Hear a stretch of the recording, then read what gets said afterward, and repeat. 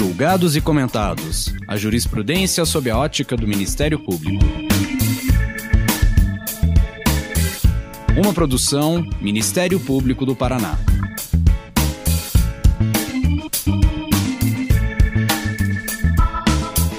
Olá, estamos começando mais um episódio dos Julgados e Comentados. Eu sou Sâmia Bonavides e hoje vamos abordar a aplicação de medidas negociais no âmbito da improbidade administrativa com Elton Venturi, Procurador Regional da República, Ministério Público Federal e professor da Faculdade de Direito da Universidade Federal do Paraná. Ainda que o artigo 17 da Lei 8.429 de 92, a Lei de Improbidade Administrativa, vedasse acordos nas ações civis públicas por atos de improbidade administrativa e diante da concepção dogmática de que o interesse público seria indisponível.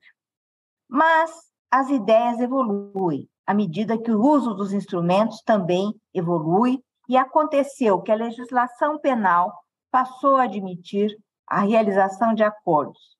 Transação penal na Lei 9.099, em razão dos crimes de menor potencial ofensivo, as leis 12.846 e 12.850 de 2013, respectivamente, sobre a responsabilidade administrativa e civil de pessoas jurídicas pela prática de atos contra a administração pública, a Lei Anticorrupção, que prevê o acordo de leniência, e a Lei das Organizações Criminosas, prevendo o acordo de colaboração premiada.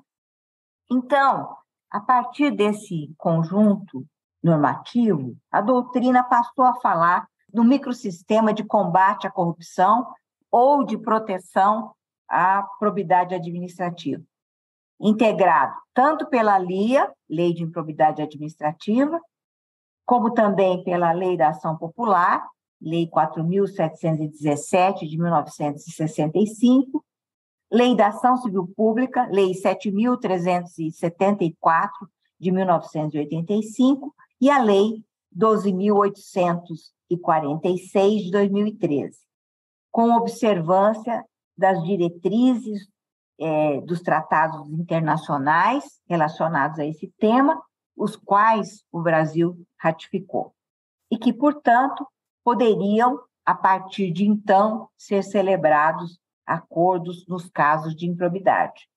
Lembrando aqui também, nós aqui temos que lembrar daquela medida provisória de 2015, a 703, que revogou o parágrafo 1º do antigo texto da Lei de Improbidade, do parágrafo 1º do artigo 17.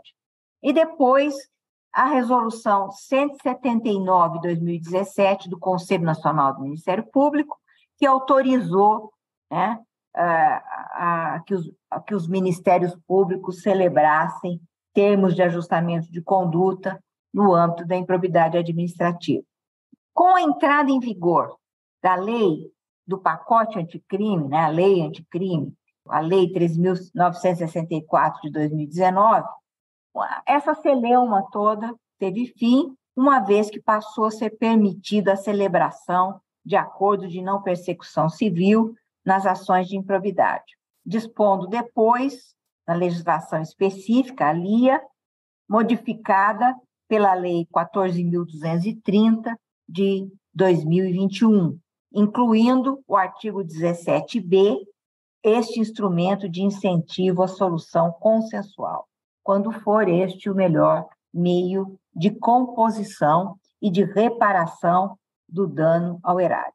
Sobre as possibilidades de aplicar este dispositivo negocial, esse dispositivo que prevê o instrumento negocial no âmbito da improbidade, e falar sobre os aspectos de sua eficiência, é que foi construído este episódio, e o faremos com a ajuda do nosso convidado. Elton Venturi, seja muito bem-vindo. Olá, eu sou Elton Venturi, Procurador Regional da República e professor da Federal do Paraná, graduação e pós-graduação. Queria inicialmente agradecer imensamente o convite honroso de participar desse podcast, convidado pela professora Sâmia Bonavides. dizer que há muita coisa para a gente conversar sobre o tema de consensualidade em probidade ou improbidade administrativa, né? A doutora Samia já fez uma apresentação bastante cuidadosa e densa em relação ao arcabouço normativo, né? Todo o histórico que nós temos no Brasil em relação a uma proibição inicial total e absoluta de qualquer acordo em tutela de probidade administrativa, né, para um cenário bem diferente agora, né? Ou seja, o artigo 17b da Lei 14.230 de 2021 intitula e tenta regulamentar o acordo de não persecução civil, sobre o qual, claro, até pela novidade do tema, né, há imensas discussões, imensos desafios que partem já da própria concepção de acordo, de consensualidade para aplicação de sanções. Eu acho que para a gente começar a falar um pouco melhor sobre isso e a analisar esse panorama legislativo, normativo, em que ponto nós estamos no Brasil, antes de mais nada, parece chover no molhado, né, falar que o problema de acordos ou a falta de acordos no Brasil é um problema cultural. Então, nós não temos ainda a cultura de acordos como forma de solução ou prevenção de conflitos judiciais. Nós temos aí a cultura da adjudicação, não só nós, mas os países de civil law em geral, e, sobretudo, quando se trata de aplicação de sanções, né, não só penais como administrativas, sempre a gente teve a ideia nítida, enfim, de que a única forma de aplicação de sanções estatais seria por via do Poder Judiciário, por via da adjudicação, né? Eis que, gradativamente, por vários fatores, por vários motivos sociais, políticos, ideológicos, em termos de eficiência, em termos de tempestividade, em termos de direito constitucional, né? A gente começou a migrar gradativamente, enfim, para um modelo de justiça multiportas, um modelo de soluções consensuais de conflitos, o que desafia, antes de mais nada, né, a cultura do civil law em relação às soluções consensuais. E, sobretudo, desafia uma revisão de conceitos dogmatizados no civil law, sobretudo, em relação, por exemplo, à disponibilidade versus disponibilidade de direitos, o que é interesse público, quem é que deve decretar ou cravar o que não é interesse público. A própria concepção que nós temos aí civilista no Código Civil brasileiro de muito tempo já, sobre critérios para transação como forma de prevenir ou de encerrar um litígio, né? Lembro aqui que o Código Civil de 2002 do Brasil, no artigo 841, limita a possibilidade de transação apenas para direitos patrimoniais privados, o que seria um grande problema para a gente tentar fundamentar a possibilidade de transação administrativa, transações penais, transações sancionatórias em improbidade, por exemplo, né? E esse cenário dogmatizado, enfim, foi o que, lá em 92, orientou o artigo 17, parágrafo 1º da Lei de Improbidade Administrativa, 8429, ao vetar completamente qualquer tipo de solução consensual, né? Conciliação, mediação, acordo. Então, era um crime, era uma heresia você falar, ou você ousar falar em acordo e improbidade administrativa. Isso nos anos 90, né? Eis que a realidade se coloca à nossa frente, né? O próprio Supremo Tribunal Federal começa a homologar acordos criminais, de prisão, inclusive, na Operação Lava Jato, sobretudo.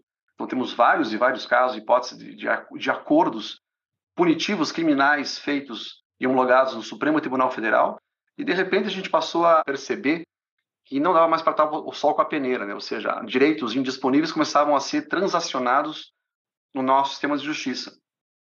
Além disso, gradativamente, também a professora Samia já nos antecipou, todo um cenário legislativo foi sendo criado em homenagem a esse novo cenário, né, para viabilizar soluções consensuais. Eu cito aqui rapidamente a lei de mediação, foi um grande divisor de águas, né, em 2015, ao previr, inclusive, no artigo 3º, parágrafo 2º, a possibilidade de soluções consensuais envolvendo direitos indisponíveis passíveis de transação, né. Então, aí já a abertura de um cenário bastante interessante para acordos envolvendo direitos indisponíveis, desde que passíveis de transação, o que poderia se encaixar também a questão criminal, a questão de improbidade administrativa.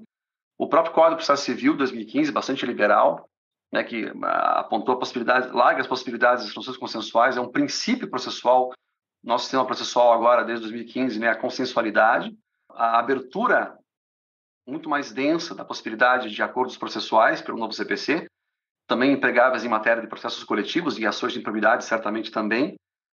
Na sequência, a própria possibilidade de arbitragem envolvendo o poder público, com a reforma da lei da arbitragem também lá em 2015, o pacote anticrime, né, lá em 2019, que estabeleceu essa importante guinada no que diz respeito à possibilidade de acordos em ações de improbidade administrativa, artigo 17A, que depois foi vetado, na verdade, em relação à sua redação original pelo Executivo, em função da previsão, enfim, da legitimação ativa exclusiva do MP para ações de improbidade, né? Então, perdeu-se um momento importante em função de falha legislativa em relação à redação daquele texto, mas o que foi recuperado recentemente, enfim, agora em 2021, pela reforma da lei da improbidade, Lei 14.230 de 2021, no seu artigo 17b, que prevê expressamente o chamado acordo de não prescrição civil.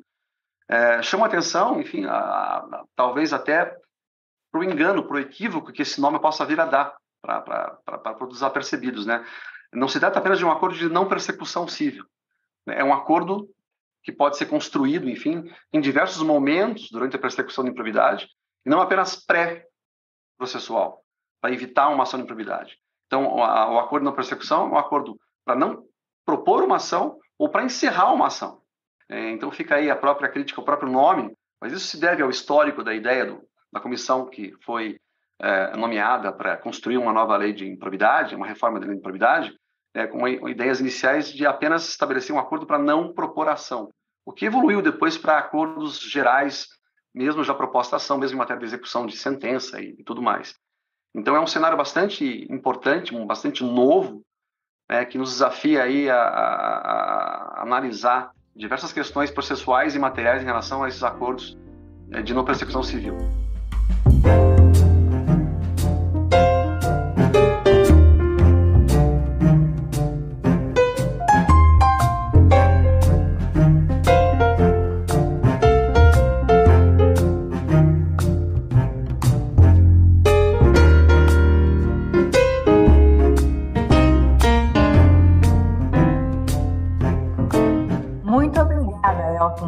Por esse panorama praticamente completo, né, para a gente compreender a evolução até aqui.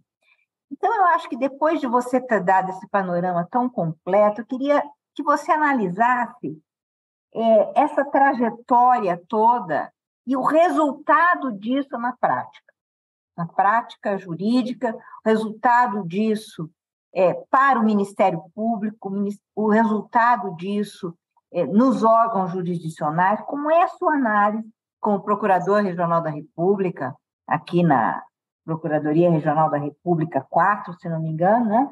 Como é que você avalia que isso tem deixado ou não mais eficiente esse tratamento da probidade administrativa, né? Você tocou na questão cultural. Efetivamente, as pessoas desconfiam, né? Se não tiver uma pena, se não tiver uma pena aplicada por um juiz, se não tiver essa atividade adjudicatória, né, por parte do juiz, né? Então, você acha que nós já estamos mudando ou tendemos a mudar essa cultura hoje sedimentada? E isso está efetivamente construindo um novo panorama no Brasil? Eu queria que você comentasse um pouco disso. Tudo bem. A existência de um novo arcabouço, para usar a expressão do momento, arcabouço legislativo em relação a acordos em improbidade, é claro que não é suficiente por si. Isso implica no manuseio adequado desse novo sistema, uma compreensão do significado desse sistema, na delimitação da extensão, da profundidade da aplicação desse novo sistema, o que desafia, sobretudo, o Ministério Público brasileiro, né? E o próprio Poder Judiciário, evidentemente. É muito difícil, nesse momento inicial, a gente falar numa alteração profunda ou diagnosticar, desde logo, né, as repercussões do novo sistema consensual no que diz respeito à perseguição de atos de improbidade, ou à prevenção ou à repressão de atos de improbidade.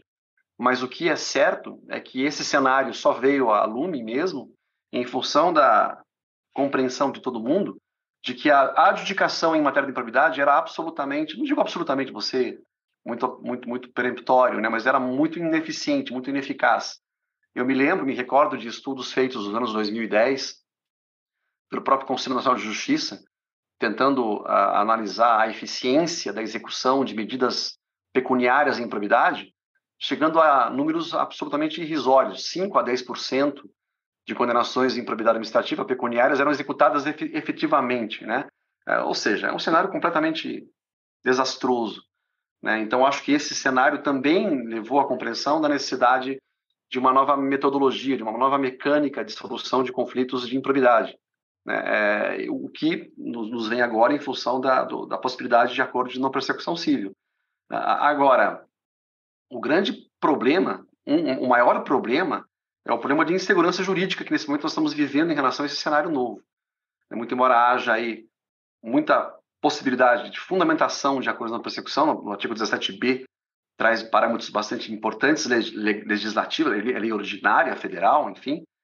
Existem várias regulamentações de conselhos superiores já, dos Ministérios Públicos Estaduais, do próprio Conselho Nacional do Ministério Público e da própria Quinta Câmara de Revisão do Ministério Público Federal, Patrimônio Público, né, que nos dão aí alguns tipos de parâmetro para procedimentarizar acordos de não persecução civil. Todavia, eu acho que isso é bastante importante comentar, nós não temos aí como imaginar um cenário muito profícuo em relação à eficiência desse novo sistema, justamente em função das alterações que foram feitas na lei de improbidade administrativa, né, doutora Sânia? Porque o que parece bastante certo para todo mundo que estuda um pouco de improbidade é que a nova lei de improbidade, por assim dizer, a 14.230, estabeleceu uma série de inviabilizações procedimentais para que uma ação de improbidade tramite e chegue a um bom tom, com justiça, com eficácia, com efetividade, né? Basta a gente lembrar rapidamente aí a prescrição intercorrente, os prazos exíguos para conclusão de investigação administrativa de improbidade, o dolo específico para imputação de conduta de improbidade administrativa, enfim. Eu me pergunto se eu, enquanto advogada de algum investigado em improbidade, teria algum tipo de incentivo para procurar o MP para fazer um acordo de improbidade administrativa, pré-processual ou mesmo em juízo. Isso corresponde a uma lógica natural e histórica, desde que o mundo é mundo. Se eu não tenho incentivo para fazer algo ou não fazer, eu não faço, eu não deixo de fazer, né? Então, se a lei de improbidade enfraqueceu, e essa é uma leitura que nós temos a princípio, né? O combate à improbidade administrativa, ou o processo de improbidade, ou a possibilidade de condenação em improbidade administrativa, diminuem-se os incentivos, ou praticamente eliminam-se os incentivos para que haja solução consensual pré-processual e mesmo processual. Então, esse é um grande empecilho que eu já anoto em relação à serventia, à prestabilidade, à eficiência desse novo sistema consensual de solução de improbidades. Mas, ainda que assim seja, nos compete analisar formas, procedimentos, cenários, né, para que a gente consiga fazer funcionar esse novo sistema. Esse é o grande desafio que nós temos, Sânia. Com certeza. Eu concordo, é uma avaliação muito realista, né, e correta da situação que nós estamos vivendo. Inclusive pensando em termos de exemplo, que nos auxilia a avaliar, né, se há eficácia, se não há, mesmo pensando nesse desestímulo que as pessoas hoje têm a procurar um acordo, desestímulo por quê? Se nós temos problemas, né, com a ação de improbidade, talvez não exista muito interesse em fazer o acordo mesmo, né? Mas vamos pensar, por exemplo, num período que a gente tem de aplicação do acordo de leniência da lei anticorrupção, que mostrou alguma ineficiência em situações específicas, que provocaram muita insegurança jurídica. E também foi muito negativo o fato de serem aplicados valores exorbitantes, sem definição de critérios objetivos, o que acabou afastando o foco principal de celebração de acordos para ser reparado o dano. e ainda para criar um ambiente de melhor integridade administrativa e empresarial.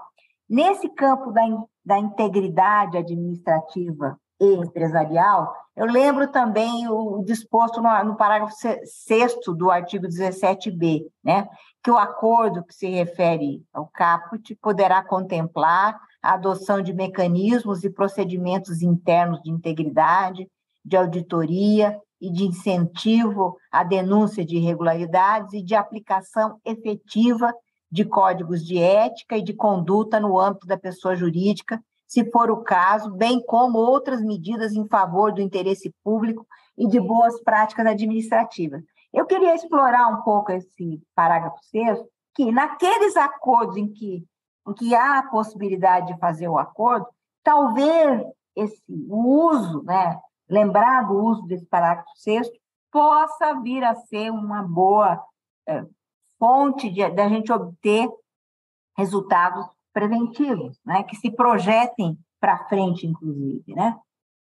Como convencer, então, as pessoas que antes da gente pensar, olha, é bom ou não é fazer acordo, ou se enfrenta vamos dizer, o processo jurisdicional decorrente de um ato de improbidade, né? Como a gente pode estimular esses aspectos positivos das soluções consensuais pelo que elas representariam de positivo se a gente explorasse bem os instrumentos, né? Se é que você concorda com isso. Em face de posturas que, ao contrário disso, defendem a necessidade, na verdade, de uma punição exemplar, o que necessitaria de uma nova reforma na lei de improbidade. O que você diz a respeito disso?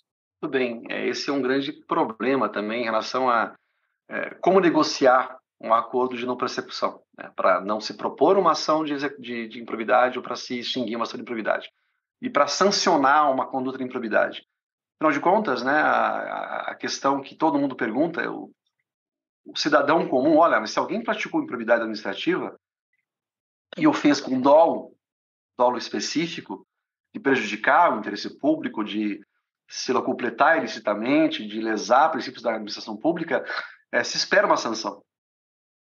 E essa sanção não pode ser apenas uma reparação integral do dano, né, uma recomposição do patrimônio público que foi desviado. Isso não é sanção, ontologicamente falando, né? Isso é retorno ao status quo ante, ou seja, é o óbvio, né? Mas como se trata de uma ação sancionatória, e aliás, o caráter sancionatório é o que especializa a tutela da improbidade, que é uma pretensão eminentemente sancionatória, eu não vejo como se deixar de imputar, no mais das vezes, sanções para além de outras medidas, tais como a senhora falou, doutora Sami, em relação à prevista no artigo 17p, parágrafo 6º, mecanismos e procedimentos internos de integridade, compliance, auditoria, incentivo à denúncia de irregularidades, isso tudo é muito importante também. Mas eu acho que dá para condensar, dá para compilar também medidas, ao mesmo tempo, punitivas, que são imprescindíveis, na minha opinião, até pela etiqueta que isso passa, pelo significado, pelo simbolismo que isso passa para a comunidade, não só para o sistema de justiça, né, para toda a sociedade, juntamente com medidas de integridade das próprias empresas, das pessoas físicas e jurídicas, sem sombra de dúvida, né? Agora, isso desafia a negociação, né? Nós temos que aprender a negociar enquanto Ministério Público, a aprender a conversar, não só com os investigados, mas também com as pessoas jurídicas de direito público interessadas, né? Já que dentre as condições para os acordos de não persecução, que a lei estabelece agora, o artigo 17b, a reparação integral do dano, ressarcimento à pessoa jurídica que foi lesada, né? Além de eventuais punições que possam ser acordadas. E eu chamo a atenção em relação a esse assunto, né, para uma orientação da 5ª Câmara de Coordenação e Revisão do Ministério Público Federal, que é a orientação número 10, muito importante em matéria de improbidade administrativa, que lá no artigo 23 estabelece um seguinte dispositivo. Poderão ser objeto de isenção ou redução as seguintes penalidades previstas pela lei de improbidade. E aí vem perda da função pública, suspensão de direitos políticos, multa, proibição de contratação com o poder público, publicação extraordinária de decisão condenatória, suspensão e interdição parcial de suas atividades, solução compulsória da pessoa jurídica e proibição de receber incentivos, subsídios, disposições e doações de órgãos públicos, né? Essas são punições mesmo, não são apenas indenizações, não são recomposições, são punições que gradativamente vão sendo pensadas em termos de negociação de acordos de não persecução. O próprio MP do Paraná, né, doutora Sâmia, tem uma recomendação nesse sentido, da necessidade de aplicação de uma ou algumas das sanções, né, de improbidade. A mesma coisa, o MP de São Paulo também tem uma recomendação própria da Procuradoria-Geral de Justiça de São Paulo, estabelecendo, de acordo com a imputação do artigo 9, 10 ou 11 da Lei de Improbidade, a aplicação de pelo menos uma ou duas das sanções previstas, juntamente com a indenização integral do dano. Eu acho, enfim, que a ideia de imputar punição, ela é praticamente irretirável num atual contexto de tutela de improbidade, que se fia, de acordo com a nova lei, em condutas não só culposas, mas dolosas. Então, como é que a gente vai explicar um acordo de improbidade que não chegue a uma punição mínima a alguém? Além, evidentemente, claro, eu estou ao acordo na necessidade de obrigações de fazer, de não fazer, de internalizar procedimentos empresariais de compliance, de integridade interna e tudo mais. Mas tudo isso faz parte de uma composição bastante delicada e sensível que deve ser desenhada em cada caso concreto. E eu acho que para isso já nós temos bastante condição de pensar modelos bastante diferentes e com um apoio cada vez mais importante e relevante das nossos conselhos superiores, dos Ministérios Públicos Estaduais, do Federal, enfim, e do próprio Conselho Nacional do Ministério Público.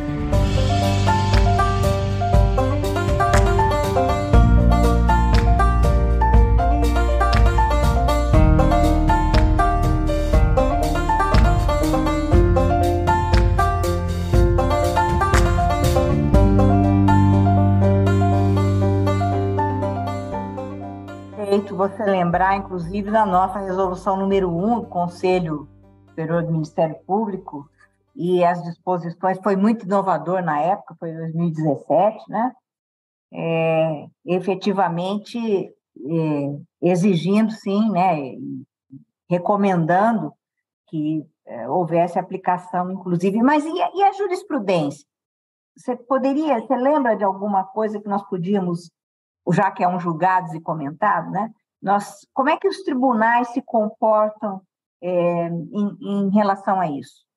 Sim, eu chamo a atenção para um julgado que é muito comentado, do Superior Tribunal de Justiça, a primeira sessão do STJ, julgamento agora em abril de 2022, vejam, embargos de divergência em agravo em recurso especial. Então, nesses embargos, dou o número aqui, número 102.585, relatoria do ministro Gurgel de Faria, houve uma homologação por 7 votos a 0, unanimidade no STJ, na primeira sessão, homologou um acordo de não persecução civil em grau de recurso especial, né? Embargo de divergência e recurso especial.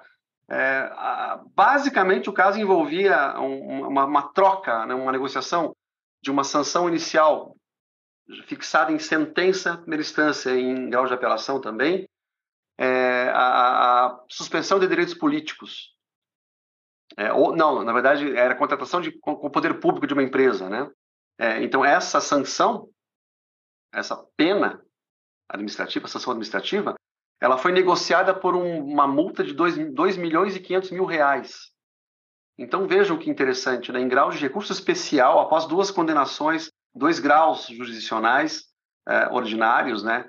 Fixando sanções de improbidade, em grau de recurso especial, uma negociação, uma nítida transação que trocou, né, uma típica punição de improbidade, que é a proibição de uma empresa contratar com o poder público, né, por uma multa civil de 2.500.000 reais, que foi endereçada, no caso concreto, a obras públicas necessárias para o município. Então, essa decisão do STJ, que é muito recente, é do ano passado, 2022 ainda, ela diz muito sobre o que o próprio Poder Judiciário está pensando em relação a acordos de não persecução em matéria de improbidade. É um grande apoio, é um grande sinal que se dá em relação a viabilidade de acordos em qualquer tempo, pré-processuais, durante o processo de improbidade, ou mesmo até em época de execução de sentença, como inclusive menciona o artigo 17, parágrafo 4º, né, 17b, parágrafo 4º da nova lei de improbidade administrativa, mas mais do que isso, né, sugere envia ao Ministério Público Brasileiro a franca negociação em relação a penas de improbidade administrativa. Agora, certamente é uma decisão importante do STJ, recente, digo, né, que vai parametrizar, já passou a parametrizar o sistema no que diz respeito à viabilidade de transação administrativa. Né? Eu acho que isso é um grande sinal, mas, claro, repito, isso não elimina os desafios iniciais que nós temos em relação a como fazer esse acordo, quem pode negociar, quando pode, quem pode ou deve homologar internamente ou externamente esses acordos de não persecução. Né? E isso tudo, doutora Sânia, eu acho que também gradativamente deve vir a ser parametrizado por uma chamada jurisprudência administrativa, que deve ser gradativamente compilada pelos MPs estaduais e pelo federal. Né? Lembro também que, da orientação da 5ª Câmara do Ministério Público Federal, parâmetros mais ou menos objetivos em relação a negociações, a parâmetros, né, de multa, de isenção, redução de punições, enfim, o que vai a médio e longo prazo viabilizar uma igualdade, uma isonomia, né? Ou seja, não dá para imaginar casos similares sendo tratados de maneira diferente, né? Até por força do princípio da constitucional da defesa contraditória, isonomia e igualdade de todos perante a lei. Né? Então, isso também desafia os MPs, o MP brasileiro, né, a conformação de jurisprudência administrativa sobre procedimentos e negociações em matéria de improbidade. Mas esse é um processo muito longo, né? Estamos apenas engatinhando em relação a tudo isso. Com certeza. Inclusive, vamos dizer assim, isso auxiliaria a gente saber quais são os limites, né, para a aplicação das transações no âmbito do direito sancionador. Tem limites para isso ou não tem limite, né? É muito interessante. Bom, dado esse princípio da indisponibilidade de interesse público, e particularmente falando agora de demandas geradas por ações de improbidade, somados aos eventuais riscos, né, no exercício de uma discricionariedade arbitrária por um agente ministerial, na definição dessas sanções e no conteúdo de eventuais acordos, como estabelecer um aditamento adequado de sanções e multas aos signatários do acordo pelo Ministério Público? Nós temos que aguardar a evolução de uma jurisprudência administrativa, a gente tem parâmetros hoje, né? E ainda no âmbito das sanções, como o magistrado deve atuar, ou como deveria atuar, né, para homologar as sanções propostas? Temos também parâmetros para isso? Tudo bem. Também são perguntas intrigantes, né? Inicialmente, em relação à necessidade de homologação interna, né, e judicial dos acordos de não persecução. Havia uma grande discussão na doutrina, sobretudo, no que diz respeito à necessidade ou à imprescindibilidade, né, ou à viabilidade de homologações judiciais e extrajudiciais dos acordos de não persecução, o que ficou, me parece, bastante consolidado pela nova lei de improbidade, né?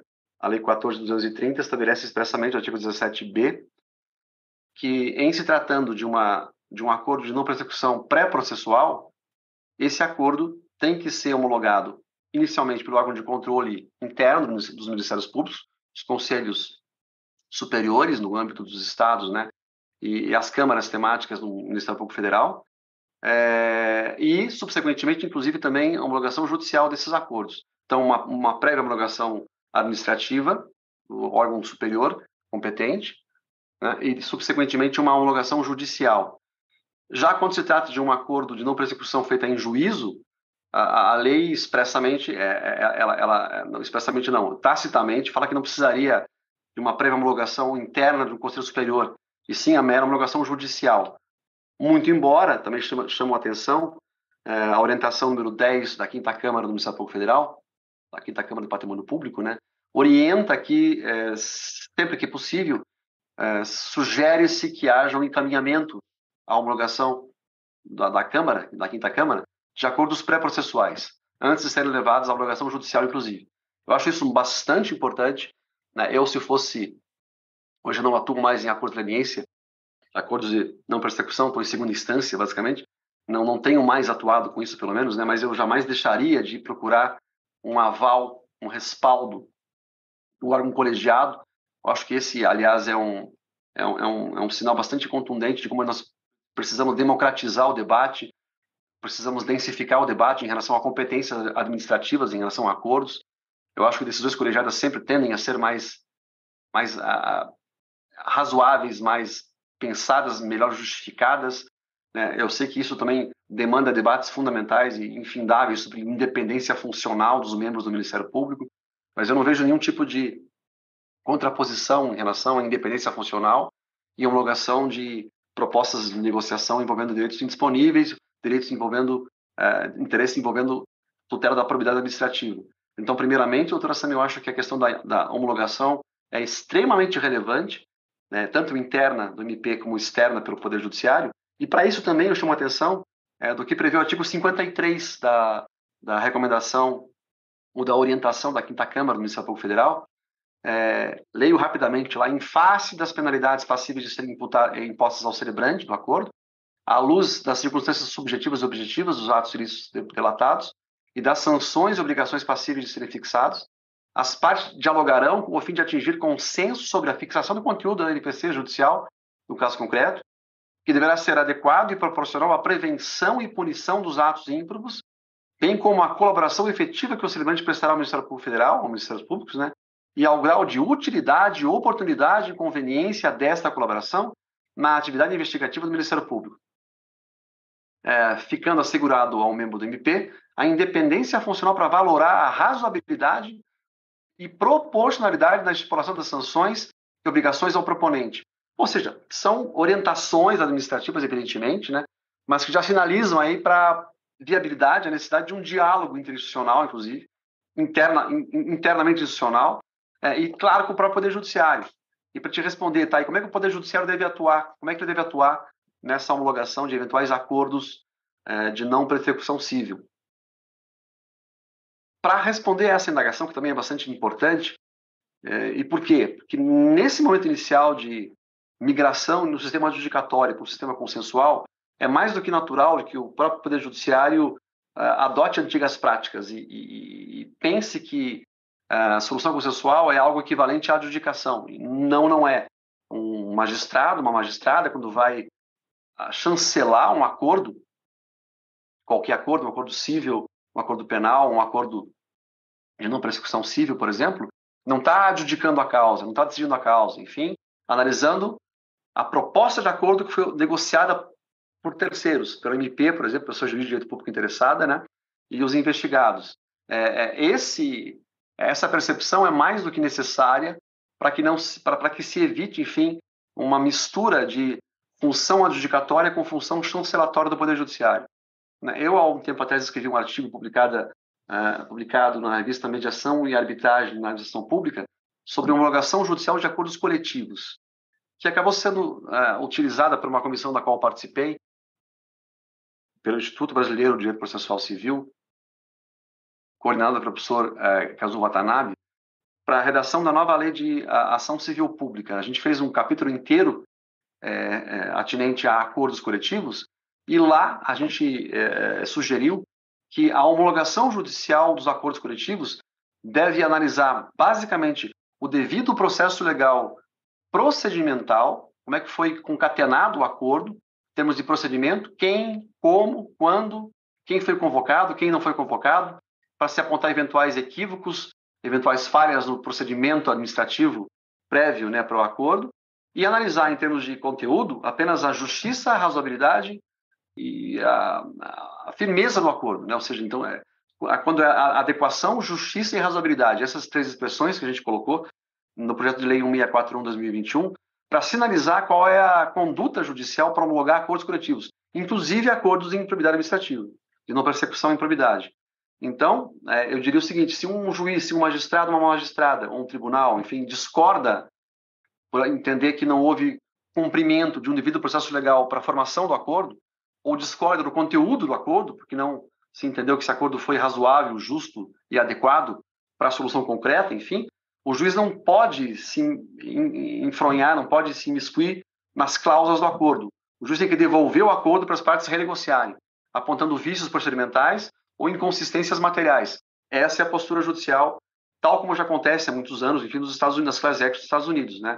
Nós sinalizamos, enfim, um modelo parecido no que diz respeito o necessário distanciamento jurisdicional em relação à negociação. O juiz não negocia, o Poder Judiciário não negocia, o Poder Judiciário controla o devido processo legal, procedimental e material dos acordos. Eu acho que esse é um ponto fundamental que não pode ser olvidado por ninguém. Você tocou nessa resposta em dois aspectos bastante importantes. Eu penso que a homologação interna, principalmente nesse momento em que está se construindo todo um modelo, isso acaba dando uma maior coerência para os acordos que são propostos pelo Ministério Público quando se pensa na necessidade, sim, de uma homologação interna. Eu acho que dá uma maior coerência, porque o Conselho ele fica sendo um repositório de tudo que está acontecendo e controlando melhor eventuais, vamos dizer assim, situações desarmônicas, não adequadas, né? Eu acho muito importante. E essa necessidade de um poder jurisdicional que tem que efetivamente compreender o papel dele, porque eu acredito que existe um formato, né, já estabelecido na cabeça dos juízes, de que eles é que decidem, né? É um formato, né? E na questão das soluções consensuais, efetivamente, não, eles controlam, né, o procedimento que chegou àquela decisão. Eu acho muito importante isso e refletirmos a respeito disso, até para nos orientarmos nas situações concretas, né?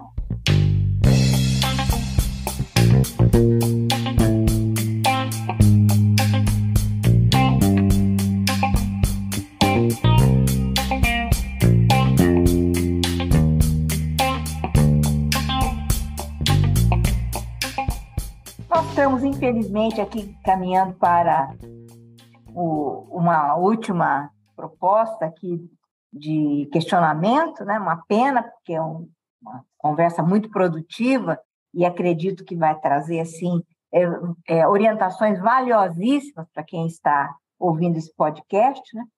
Mas como você avalia, então, Elton, o momento que nós estamos enfrentando referente a todas as mudanças na lei de improbidade? Você já falou a respeito disso, né?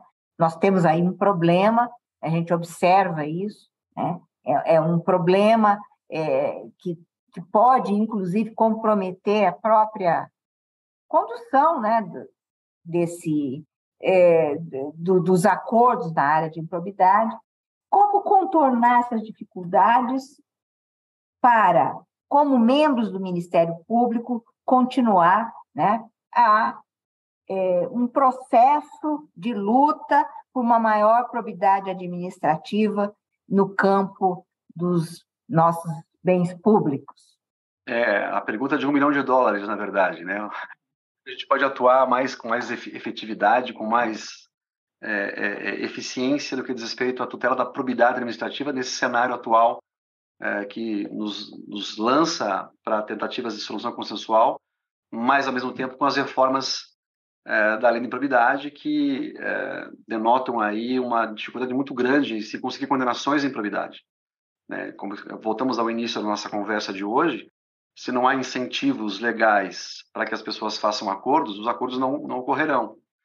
Né? Então, não é o Ministério Público que vai conseguir forçar um acordo onde não há ambiente para isso. Né? E mais, as pessoas investigadas, ou não que não estão sendo investigadas sequer ainda, não tendo nenhum tipo de incentivo para procurar as autoridades públicas para fazer acordos para evitar um processo, não o farão também, evidentemente. Então, como a gente pode atuar inteligentemente e eficazmente na tutela da probidade administrativa? Vários cenários. Né? Um primeiro cenário é uma atuação dos Ministérios Públicos muito mais junto com as entidades administrativas e investigatórias. Eu acho que não dá para deixar a lei de improbidade já previa isso lá desde 92, a possibilidade de acompanhamento das investigações de improbidade pelo Ministério Público, o que na prática é quase inviável, todos nós sabemos, dos problemas estruturais dos Ministérios Públicos, mas eu acho que, de alguma forma, esse acompanhamento já na gênese administrativa da investigação seria uma forma de já viabilizar desde o começo, né, a eventual imputação de condutas de improbidade e de sanções de improbidade, ou de negociações de improbidade, durante o próprio procedimento administrativo investigatório, um PAD, por exemplo, uma sindicância, enfim. Eu acho que isso seria uma forma de atuação inteligente, desde que houvesse estrutura e jeito para isso. Esse é o grande problema, né? Em segundo lugar, esse diálogo interinstitucional dos Ministérios Públicos com as pessoas jurídicas interessadas é absolutamente necessário. Primeiro, para desfazer a má impressão que o projeto de lei de improbidade e reforma de improbidade deixou, né, de tentar imputar ao MP a legitimação exclusiva para pretensões de sanções de improbidade. Né? O Supremo Tribunal Federal, por medida cautelar, o ministro Alexandre de Moraes já suspendeu esse dispositivo, já retornou à ideia de legitimação disjuntiva e concorrente das pessoas jurídicas de direito público interno, né, e o Ministério Público para a propuração de improbidade, e também para os acordos de não persecução civil, para os quais, aí sim vem a questão, né, me parece que a grande pretensão das pessoas jurídicas, correta, adequada, enfim, natural, é o ressarcimento integral do dano, não a reversão de patrimônio desviado das pessoas jurídicas. E para isso elas têm que ser não só ouvidas, mas elas têm que concordar, anuir, acordar com isso. O MP, numa proposta de acordo, cuida com exclusividade, enfim, acho que sem nenhum problema aí sim, das imputações sancionatórias. Agora, no que diz respeito, enfim, ao ressarcimento para as pessoas jurídicas, isso deve haver um acordo, não só uma cientificação, como a lei fala, mas uma anuência, né?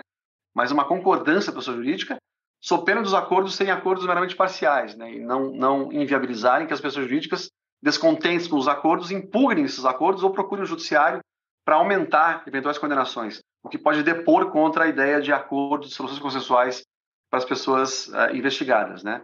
Então, se não há um ambiente profícuo que garanta segurança para os investigados também, os acordos não virão. Isso tudo, enfim, são apenas exemplos de quantos são os desafios que os membros do Ministério Público Brasileiro têm no que diz respeito a lidar com esse novo cenário de solução consensual em tutela de improbidade ou de improbidade administrativa.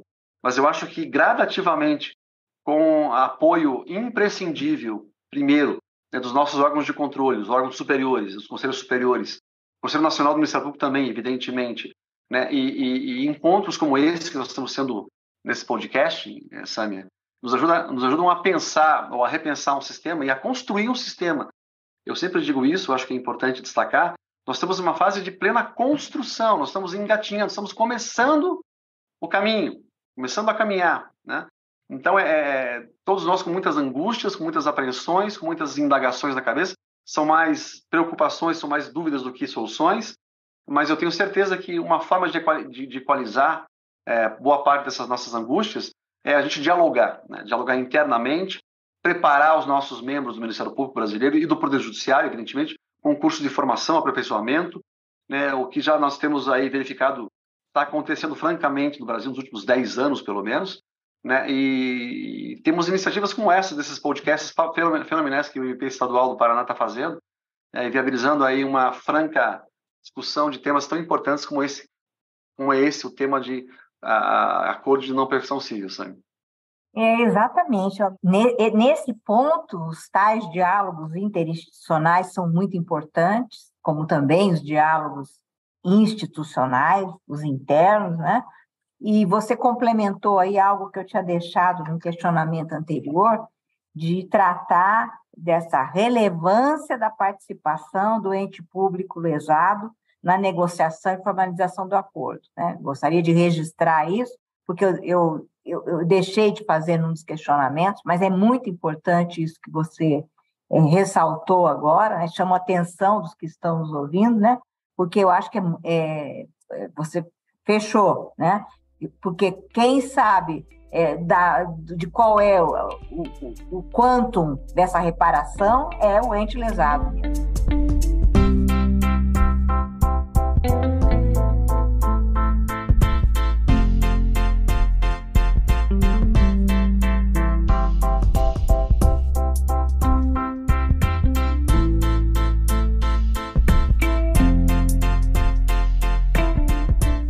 Muito obrigada, então, Elton.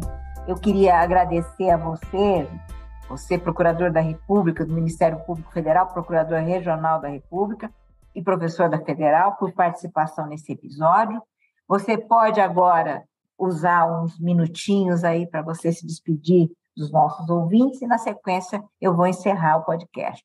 Tudo bem, foi um prazer, uma satisfação conversar um pouco com todos vocês sobre um tema tão intrigante, tão novo, né, que nos desafia tanto os conceitos ou preconceitos em relação a direitos indisponíveis, interesse público, função institucional do Ministério Público, direito sancionatório administrativo, justiça multiportas, enfim, nova lei de improbidade, ou seja, é um temaço, na verdade, que está desafiando todo mundo no Brasil em relação a não só a doutrina, mas a jurisprudência e os próprios ministérios públicos. Mas eu só queria agradecer o convite, Sâmia, dizer que eu estou sempre à disposição da Escola Superior do Ministério do Paraná para discutir assuntos tão relevantes para todos nós como esse, Sâmia. Muito obrigado. Obrigada a você também, viu?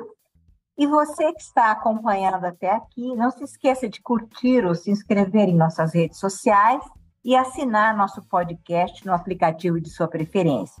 Você pode também participar da elaboração dos julgados e comentados, sugerindo temas, encaminhando dúvidas, comentários, no e-mail julgados.mppr.mp.br ou pelas nossas redes sociais. Muito obrigada e até a próxima.